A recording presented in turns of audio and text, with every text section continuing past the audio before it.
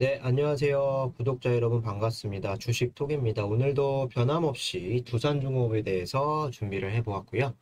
지난주 한미회담 원전에 대한 가능성이 제기되면서 종가가 아랫꼬리를 끌어올리면서 긍정적으로 마무리가 되었었는데 주말 사이 공동 합의가 나와주면서 금일 또 갭상승으로 출발을 하면서 좋은 모습을 이어갔습니다.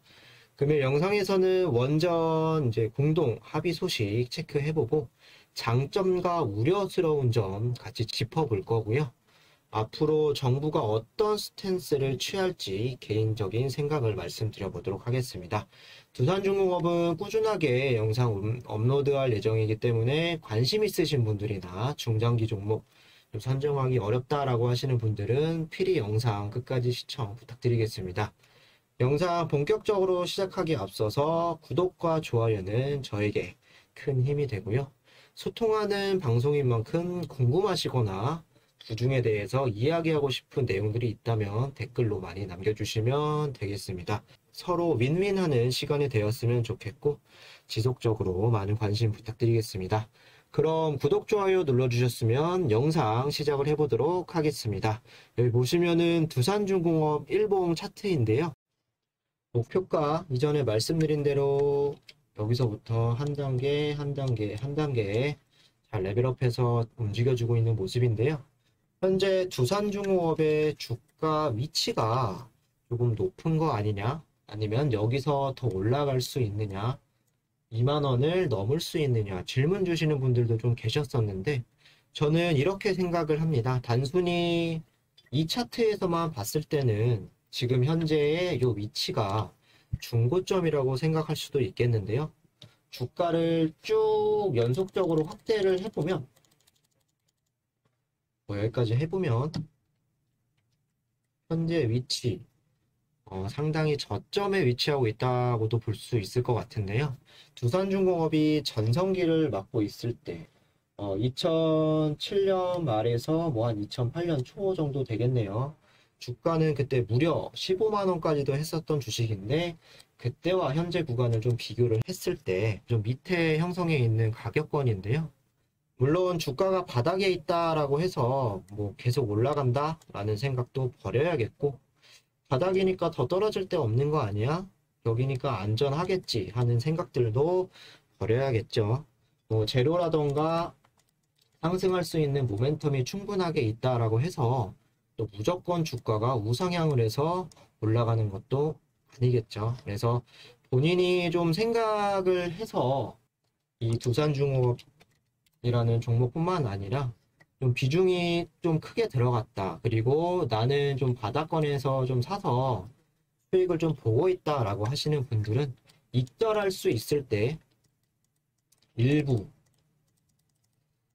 기분 좋은 익절도 필요하다라고 생각을 하고요. 주가가 항상 올라갈 수만은 없기 때문에 조정을 다시 발생하고 다시 올라갈 수도 있기 때문에 조정을 보였을 때 재차 들어가는 방향이 돈을 벌어다 줄 수 있지 않을까 생각을 하고요. 그래야 중장기로 가져가는 종목들도 멘탈이 깨지지 않고 들고 갈 수 있지 않을까 생각을 합니다. 뭐 사실 주식에는 정답은 없습니다. 본인이 생각한 대로 목표한 대로 기업의 가치 변화가 없다라고 했을 때 재료라던가 기다려볼 가치가 있다면 보유해 주시면 될 것 같고요. 지금 시점에서 두산중공업 같은 경우는 만약에 밑에서 지금 들고 계셨다라고 했을 때 한번 생각을 해봐야 되지 않을까라고 생각을 하고요. 차트적인 부분 간단하게 설명드렸는데 뒤에서 다시 한번 언급을 드리도록 하겠습니다. 금일 이렇게 갭상승 출발할 수 있었던 이유, 아마 이 기사는 다 보셨을 거라고 생각이 드는데요. 한미 제3국 원전 시장 공동 진출 합의라는 뉴스가 떴습니다. 미국의 원천 기술, 한국의 시공 능력 손잡아 한국 기업 중동, 유럽 진출 탄력 기대, 업계에서는 탈원전 정책과 엇박자다 이런 지적도 나와 있는데요. 한국과 미국이 중동, 유럽 등 제3국 원전 시장에 공동 진출하기로 합의를 했다. 원전 설계 등 원천 기술의 강점을 가진 미국이라는 나라는 굉장히 많은 원전을 보유하고 있죠. 그리고 시공 능력이 뛰어난 한국이 손잡으면서 원전 수출도 탄력을 받을 것으로 전망이 된다. 한미 원자력 산업혁명을 환영했지만 문재인 정부의 탈원전 정책과 원전 수출 사업이 엇박자를 낼 수 있다는 우려를 하고 있다. 산업통상자원부에 따르면 원전 사업의 공동 참여를 포함해 해 원전 시장에서 협력을 강화하기로 합의했다라고 밝혔다. 이번 합의를 바탕으로 양국 기업 간 원자력 산업 협력 논의가 구체화될 것으로 보인다. 특히 미국 신규 원전 사업을 싹쓸이하고 있는 중국과 러시아를 견제하기 위해 국제 공조를 강화하고 있어 한국 기업의 해외 원전 사업에도 도움이 될 것으로 예상을 한다. 그리고 국제 원자력 기구 추가 의정서 가입 조건을 내걸기로 합의를 했다라고 좀 나와 있는데요. 일단은 미국에서 국내에 손을 좀 뻗었을 가능성이 저는 크다라고 생각을 합니다. 그리고 미국이 현재 중국, 러시아와 싹쓸이하고 있는 원전 사업을 좀 견제하기 위해서 한국과 손잡았다라고 좀 봐주시면 될 것 같고요. 거기서 뭐 적극적으로 나섰는지 우리나라가 그런 거는 잘 모르겠지만 이번 정부에서 좀 적극적으로 뭐 국내에서 뭐 탈원전을 당장 바꿔라 뭐 이런 것도 아니고 적극적으로 수출이라도 좀 일하려는 이런 행보를 보여주었으면 좋겠는데요. 여기 보시면은 문정부 들어와서 탈원전을 계속하고 있죠. 2017년 문 대통령이 대선 공약으로 원자력을 제로로 발표를 하죠. 그리고 고리 1호 영구정지 선포를 했고요. 신고리 5호, 6호 공론화 결과 공사를 뭐 재개한다 뭐 이런 이야기도 있었고 한수원 이사의 월성 1호기 조기 폐쇄 및 신규 원전 4기 건설 영구 중단 의결 감사원 한수원 감사 착수 그리고 검찰 월성 1호기 조기 폐쇄 과정 수사 착수 굉장히 뭐 한수원이라던가 원전에 대한 그런 수사를 굉장히 많이 했죠. 그러면서 이번 문 대통령이 한미 정상회담에서 원자력에 대한 협력을 다시 한번 선언을 했다. 이렇게 임기가 맞춰가는 상황에서 조금씩 변화하려는 모습을 그래도 최근에는 좀 보여주고 있는 것 같은데 앞으로 좀 적극적으로 협력을 할 건지 아니면 미국의 말만 듣고 미국 업체에 뭐 재료만 대주는 허수아비가 될 건지 행보가 굉장히 중요할 것 같은데요. 저번에도 말씀드렸지만 국내에는 총 24개의 원전이 있습니다. 그 중에서도 현재는 17개를 운영을 하고 있고 앞으로 한 10에서 15년 안에 이 개수에서 한 50에서 60% 정도 좀 감축이 될 거다 이렇게 예상을 하고 있는데 현재 운영 중인 지금 원전도 운전 승인을 받은 원전이 무려 0개라고 하죠. 그래서 여기도 나와 있지만 신규 원전을 이제 건설 중인 곳이 4곳이 있습니다. 뭐 그마저도 뭐 신한울 1호, 2호 그리고 신고리 5호, 6호 여기 나와 있죠. 이거 같은 경우는 문재인 정부 전에 2012년과 2013년에 이렇게 좀 나왔던 이제 내용이고 아직은 뭐 다 완성이 됐다 이런 부분은 아직 없죠. 그리고 신고리 같은 경우는 이번 정권에 들어와서 준공이 계속 연기가 되고 있습니다.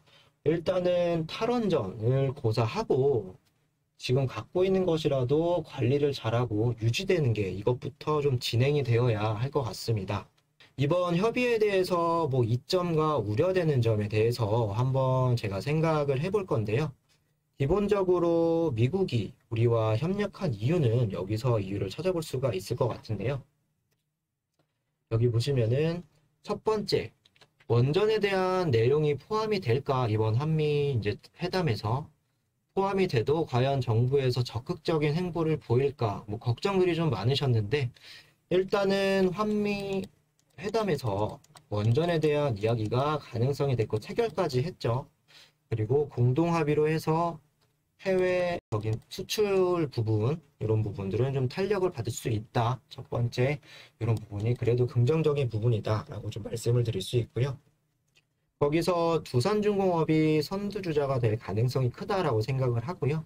원자력 선진국인 미국과 이렇게 손을 잡고 또 중국과 러시아를 같이 견제할 수 있는 나라로 미국이 우리나라를 선택을 했다라는 부분. 그리고 여기 보시면은 최근 아랍에미리트에 수출한 원전이 또 상업운전에 성공을 했다라고 하죠. 이런 부분으로 최근에 2월 17일 날 1호기 운전 허가 승인을 받았고요. 그리고 이전 기대 효과로 일자리 14만 개 포함해서 22만 개의 수출효과, 21조 원 후속 효과, 72조 원 온실가스 배출 연 2,100만 톤 감축을 한다라고 하죠.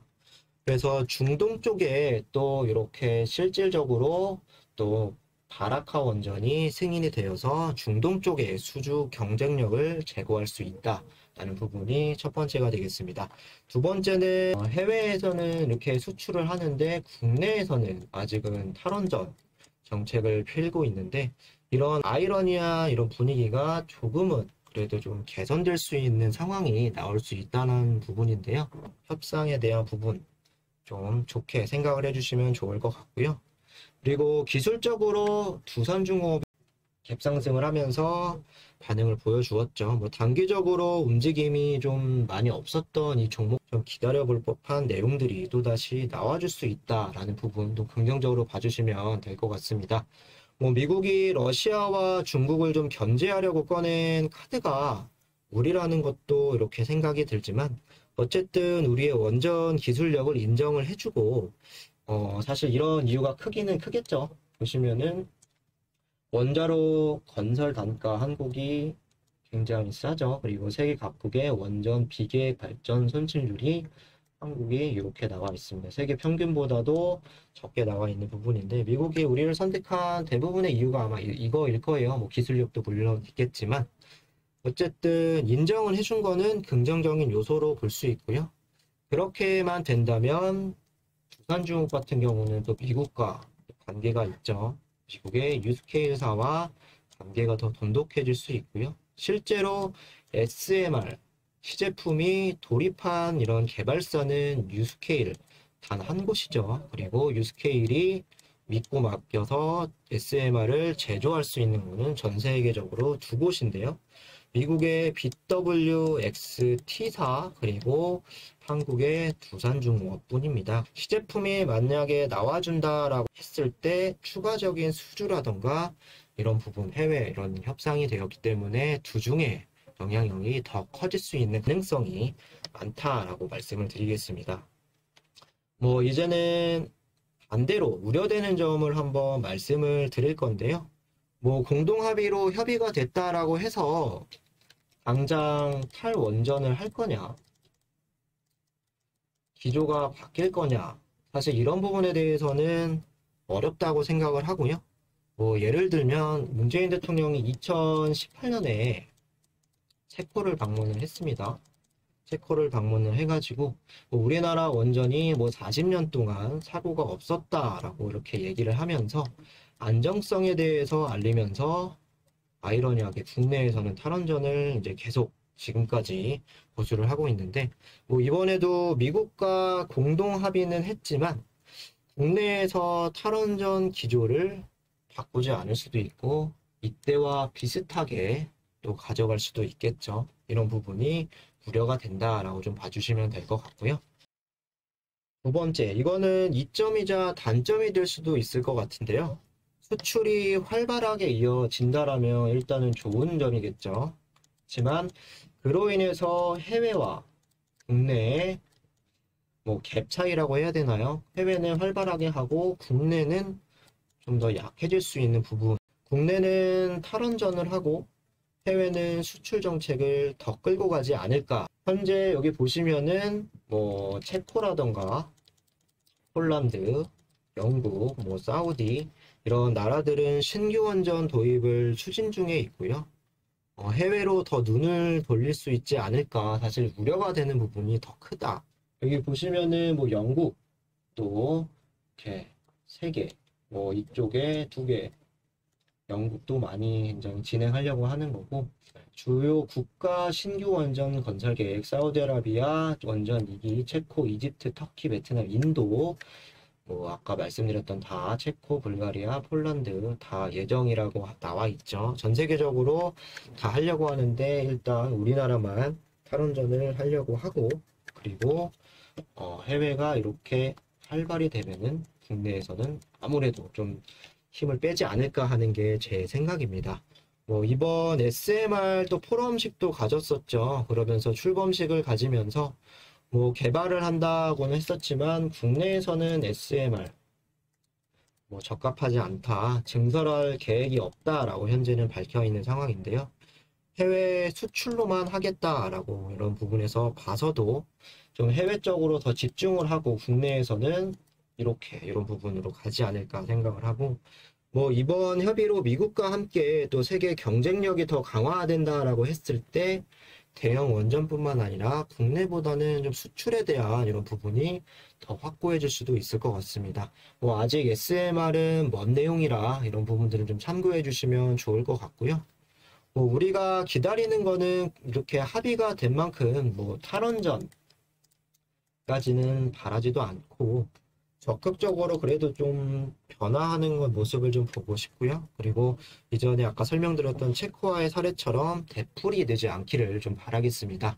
단기적으로는 다음 달 K 텍소노미 원전이 포함이 될지가 중요한 지표가 될 것 같고요. 그 다음은 7월 달에 저번 영상에 말씀드렸죠. EU 텍소노미까지 결정이 되어서 원전이 조금 더 탄력받기를 바라고 국내에서도 또 하반기에는 꼭 기조가 변하는 이런 모습을 같이 살펴보면 좋을 것 같습니다. 기술적으로 금일 갭 상승 장이 마감이 되었네요. 제가 영상을 찍으면서 기술적으로 금일 갭 상승 출발하면서 이렇게 8% 가까이 상승 흐름을 보여준 거는 상당히 긍정적이다. 그리고 원전 소식에 드디어 다시 주중이 반응하고 있다라는 것도 중요한 요소가 될 것 같습니다. 장 마무리는 음봉으로 한 4.6%로 마감이 되었고, 위에서 갖고 계신 분들은 조금 더 올라오면 좋은데 좀 아쉬움도 계시겠지만, 이 종목 말씀드렸죠. 일희일비할 필요는 없다라고 말씀을 드리고 있고, 이 종목은 이제가 시작일 수도 있기 때문에 좀 여유롭게 지켜봐 주시면 좋을 것 같고, 탈원전의 기조가 바뀌어가는 시점, 하반기나 내년 초 변곡점이 좀 나와줄 수 있을 것 같습니다. 다만 단기적으로 한미회담에 대한 이런 상승 흐름들, 이런 부분에 대해서 또 이런 원전 소식이 나왔었고, 금일 갭상승 출발 이후에 음봉이 좀 나와주었기 때문에 이번 주 조정세가 나와줄 가능성도 배제할 수는 없을 것 같습니다. 조정세가 이렇게 좀 나와도 그래도 한 14,000원 구간대는 좀 지켜주면서 움직임 나오는 게 중요할 것 같고요.